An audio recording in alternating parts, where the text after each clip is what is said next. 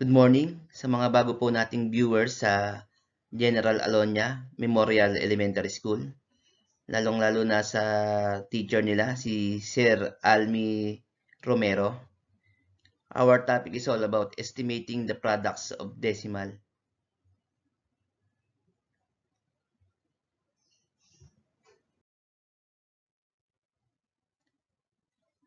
This is a reference exchange rate bulletin.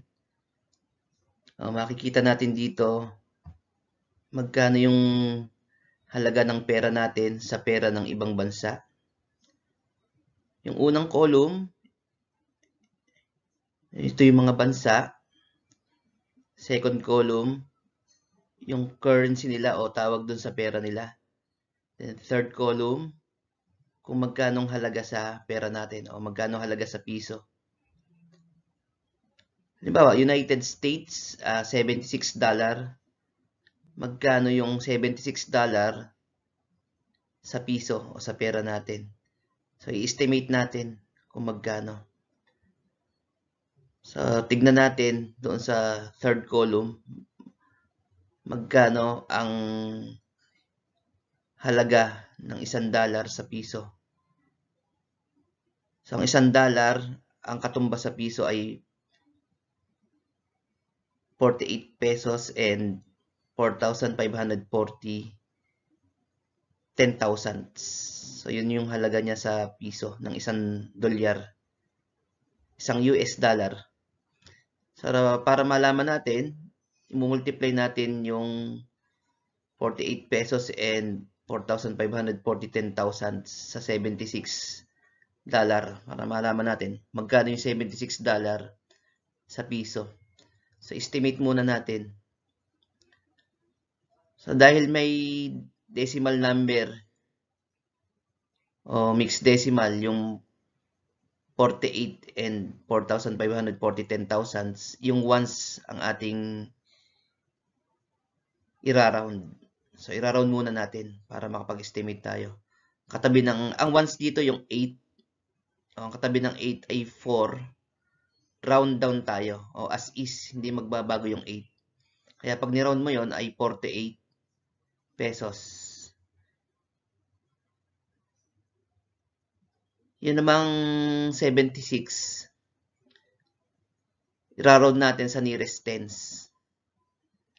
Ang katabi ng 7 ay 6 round up. Plus 1, 8. Then gagawin nating 0 yung 6. Kaya magiging $80.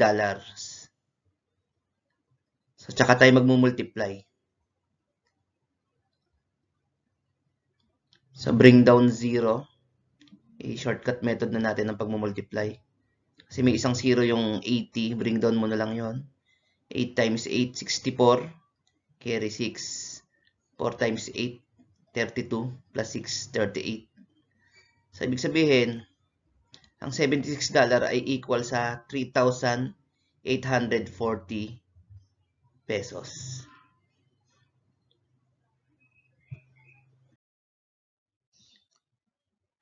Learning Task 1. Estimate the peso equivalent of the following items. Gagamitin ulit natin yung table kanina. Ito. Para masagutan natin to. So, number 1, Hong Kong. Magkano ang $154 sa piso? So, tignan muna natin yung table. Ito yung Hong Kong. Ang tawag sa pera nila o currency nila ay Hong Kong dollar. So, magkano ang $1 sa piso? So, ang isang Hong Kong dollar ay equivalent sa 6 pesos and 2,522 10,000. So, i-multiply natin yon sa $154 para makuha natin magkano yung $154. But, we must estimate. So, iraround muna natin yun. Ganun ang estimation. Iraround muna natin, tsaka natin kukunin yung product. So, i-round natin yung 6 pesos and 2,522 10,000. So, pag ni-round natin yon ay 6 pesos. Kasi ang niround mo doon ay yung 6, katabi ng 6. Sa kanan ay 2, round down. O, hindi magbabago. Yun namang $154.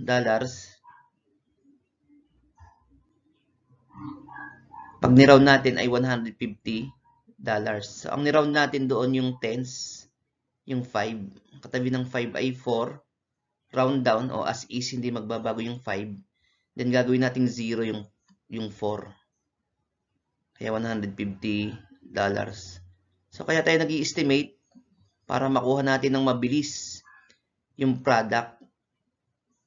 Pero dapat malapit din yung estimated value sa actual value niya.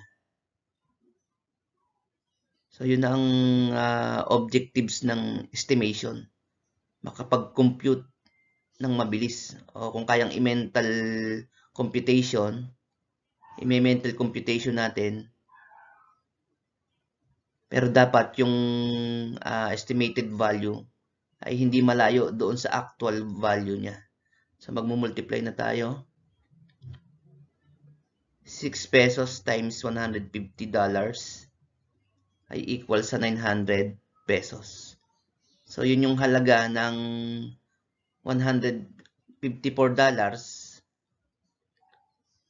sa piso o yung estimated product niya, estimated value niya. 6 times 0, 0.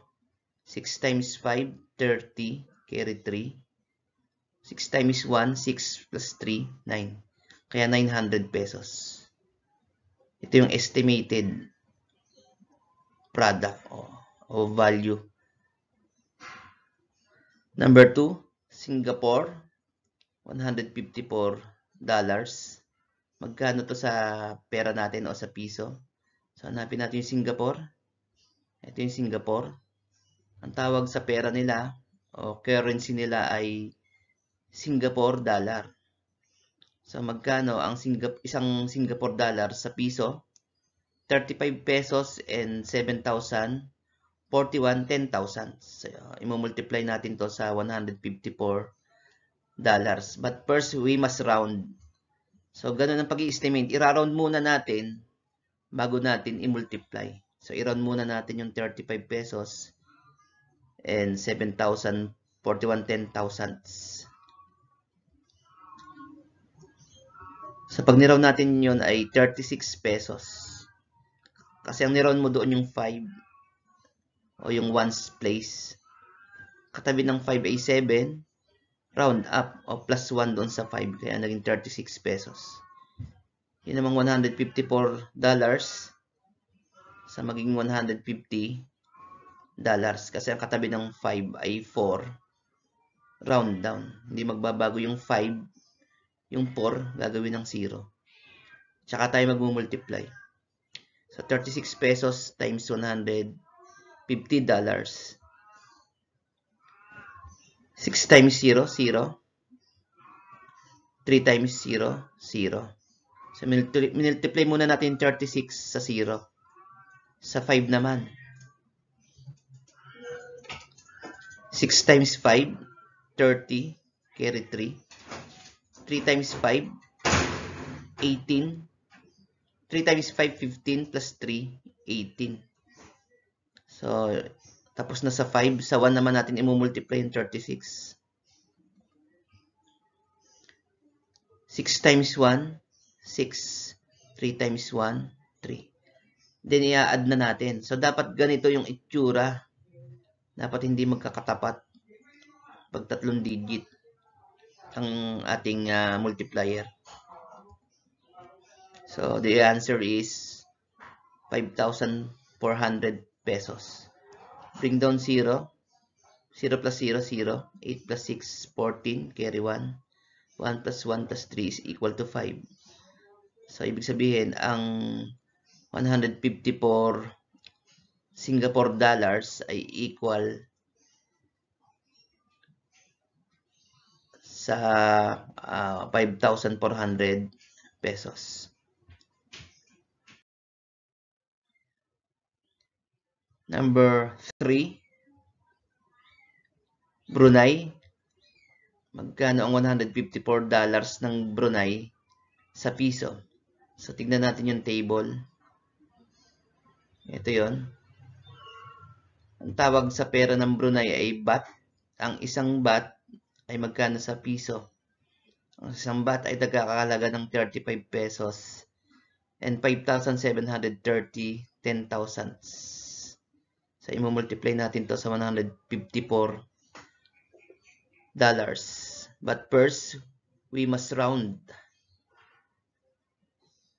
Ganun ang pag-i-estimate. Niraround muna natin bago natin i-multiply.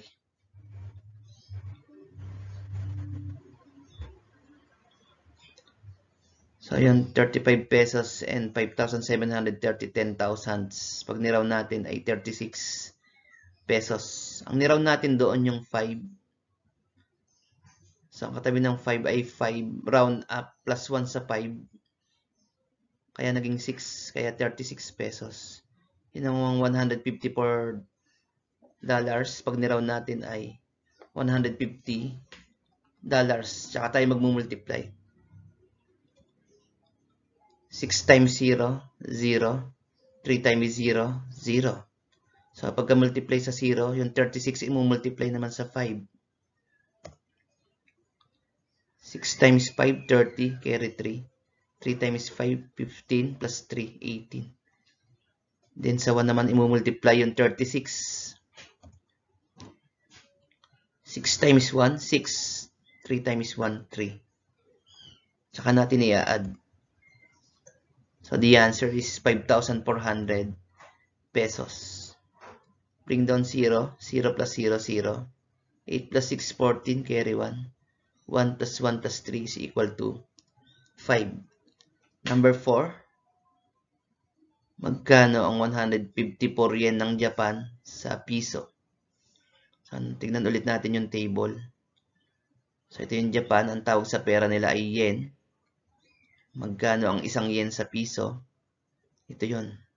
So, ang isang yen ay nagkakahalaga ng 4,626 10,000 pesos ang isang yen. So, i-multiply natin yun sa 154 yen. But first, we must round.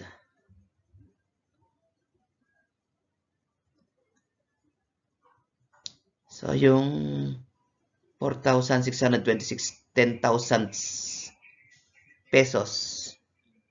Pag niround natin ay 5 tenths. Kasi niround natin doon yung 4 tenths. Katabi ng 4 tenths ay 6. Round up. O plus 1 doon sa 4 tenths. Kaya 5 tenths. Yun namang 154 yen. Pag niround natin yon ay 150 yen. Tsaka tayo magmumultiply. So, ang sagot ay 75 pesos. Ang katumbas ng 154 yen ay 75 pesos pag in-estimate natin. So, ito yung estimated na halaga ng 154 yen sa piso o sa pera natin. 5 times 0, 0. 5 times 5, 25. Carry 2. 5 times 1, 5 plus 2, 7. So, syempre, yung 0, 10. Wala namang value yung 0 pagka decimal. Kaya ang sagot natin ay 75 pesos.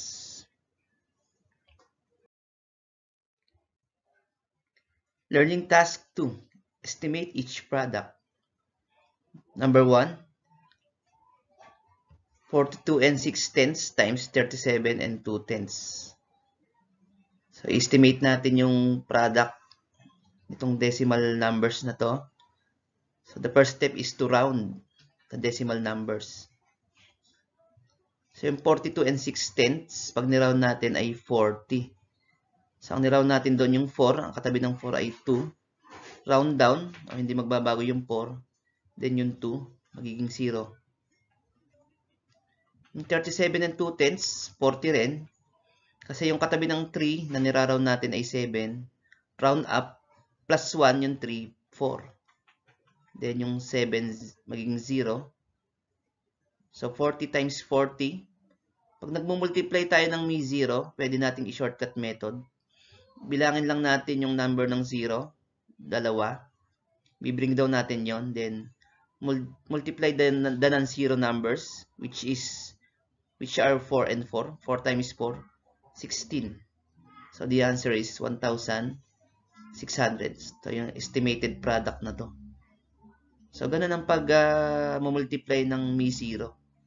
Kailangan lang nasa dulo yung 0 para ma-shortcut natin. Shortcut method ang gagamitin natin. Number 2, 99 and 2 tenths times 48 and 5 tenths. What is the estimated product? So, i-round muna natin yung 99 and 2 tenths. So, pag ni-round natin yon, 100 yon. Yan namang 48 and 5 tenths, 50. Kasi ang ni-round natin doon yung 4, katabi ng 4 ay 8. Plus 1 yung 4, magiging 5. Then yung 8 magiging 0, kaya 50. So, ilan ang 0 ng 100 at 50? So, bilangin natin yung 0 ng multiplicand at multiplier. 3. Kasi dalawa yung 0 ng 100, isa sa 50. 3, then 1 times 5, 5. So, the answer is 5,000. 3, 246 and 3 tenths times 9 and 67 hundredths. So, pag ni-round natin yung 246 ay 2 and 3 tenths ay 250. Kasi ang ni-round natin doon ay 4. Ang katabi ng 4 ay 6. Plus 1 yung 4, 5. Kaya 250. Yun namang 9 and 67 hundredths. Pag ni-round natin ay 10. Kasi ang katabi ng 9 ay 6. Round up plus 1 yung 9. Kaya naging 10. So, multiply. Shortcut method. Ilan ang 0 ng multiplicand at multiplier? 2. Then 25 times 1 is 25. So the answer is 2,500. So pwede lang natin itong gawin pagka yung 0 ay nasa dulo ng numero. Number 4, 68 and 54 hundredths times 24 and 4 tenths. What is the estimated product? Round muna tayo ng decimal. So, pag ni-round natin yung 68 and 54 hundredths ay 70. Kasi ang katabi ng 6 na niraround natin ay 8 plus 1, 7. Then yung 8 magiging 0 na. Yung 24 and 4 tenths, pag ni-round natin ay 20. Kasi ang katabi ng 2 ay 4. Round down o hindi magbabago yung 2. Kaya 20. So, 70 times 20 is 1,400. Kasi may dalawang 0. 7 times 240. Number 5, 123 and 86 hundredths times 31 and 5 tenths. So, yung 123 and 86 hundredths, pagka ni-round natin ay 120. Kasi ang katabi ng 2 ay 3. Round down, o hindi magbabago yung 2. Then yung 3 magiging 0. 120. Yung namang 31 and 5 tenths, pag ni-round natin ay 30. Kasi ang katabi ng 3 ay 1, round down. Hindi magbabago yung 3. Kaya 30. So, ilang 0 mayroon? Ang 120 at 30. Dalawa. Then 12 times 3, 36. So, the answer is 3,600.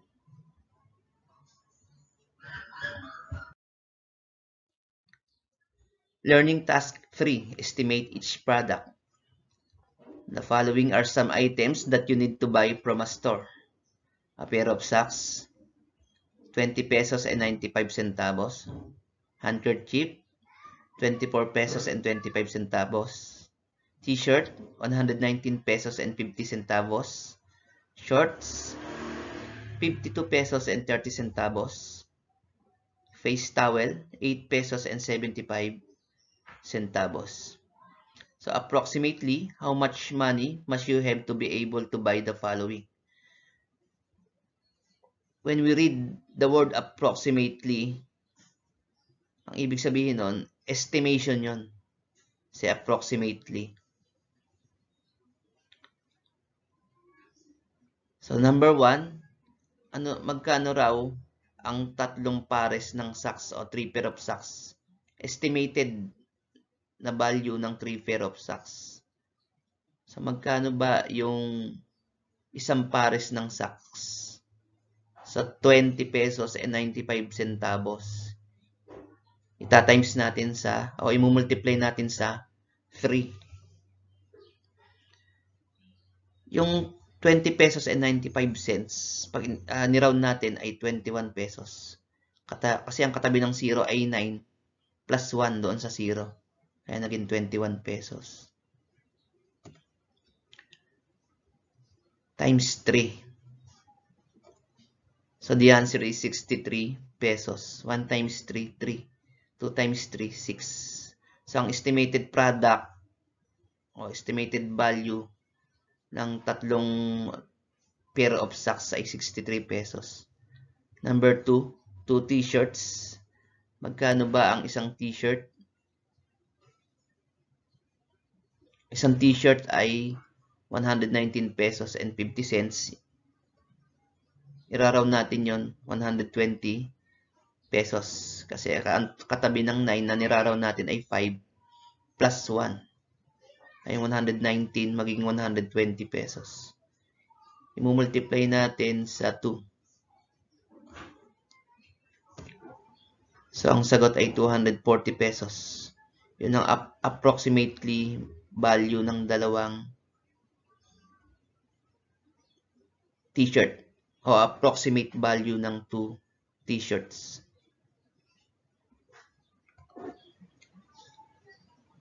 Sa number 3 ay 5 face towels. Ang isang face towel ay 8 pesos and 75 centavos. So, pag niround natin yon ay 9 pesos. Kasi ang katabi ng 8 ay 7 plus 1 sa 8. Kaya naging 9 pesos. Multiply natin sa 5. Kasi 5 yung face towels. 9 times 5 is 45 pesos. So, yun yung approximate or estimated value ng 5 face towels. Sa number 4, yung 700 handkerchiefs. Ang isang handkerchiefs ay 24 pesos and 25 cents. Pag niround natin yon ay 24 pesos. Kasi ang katabi ng 4 ay 2. Round down, hindi magbabago yung 4. Kaya 24 pesos. Then ilang handkerchiefs? 7. I-multiply natin sa 7.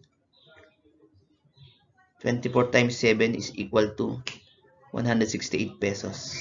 4 times 7, 28 carry 2. 2 times 7, 14 plus 2, 16. So the answer is 168 pesos. So the estimated value of 7 handkerchiefs is 168 pesos. Learning task 4.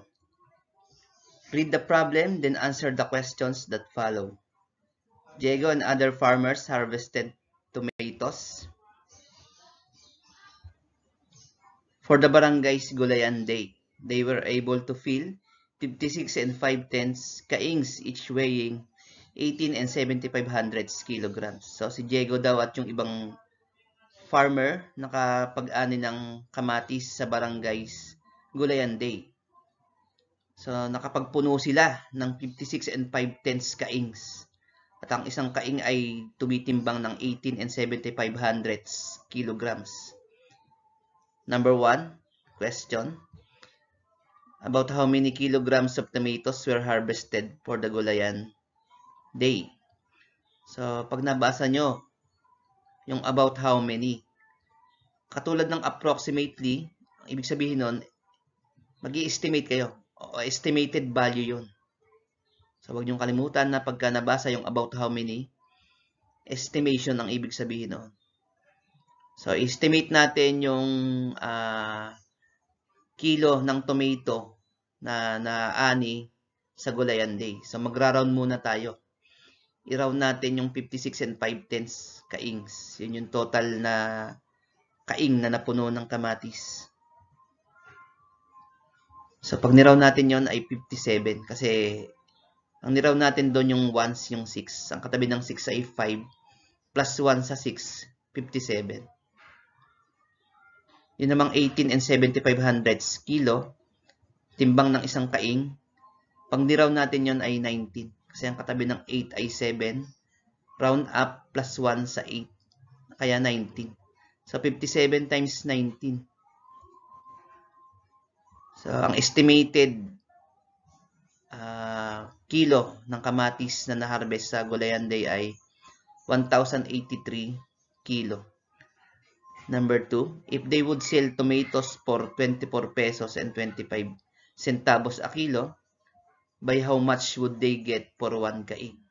So, pagka daw binenta yung kamatis na ang kilo ay 24 and 25 centavos, 24 pesos and 25 centavos, magkano daw ang isang kaing?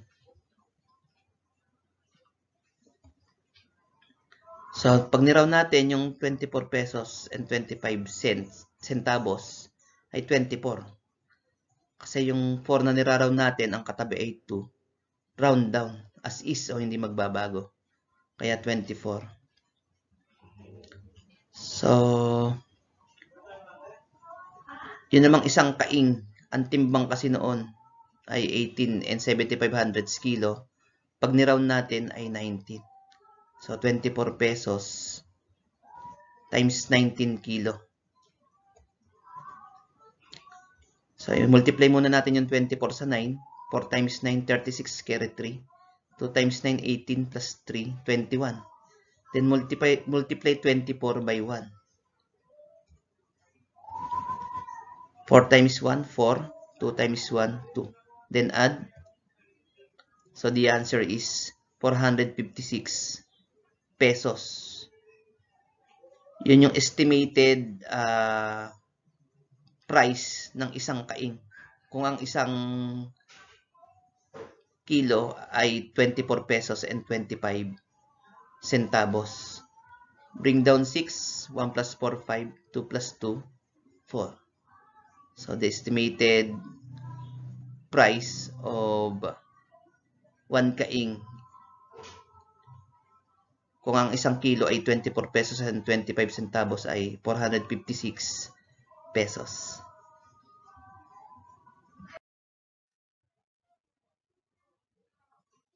Thank you. Don't forget to like and subscribe. Pindutin nyo na rin ang notification bell para updated kayo sa mga gagawin kong math tutorial. Bye for now and God bless po. Thank you.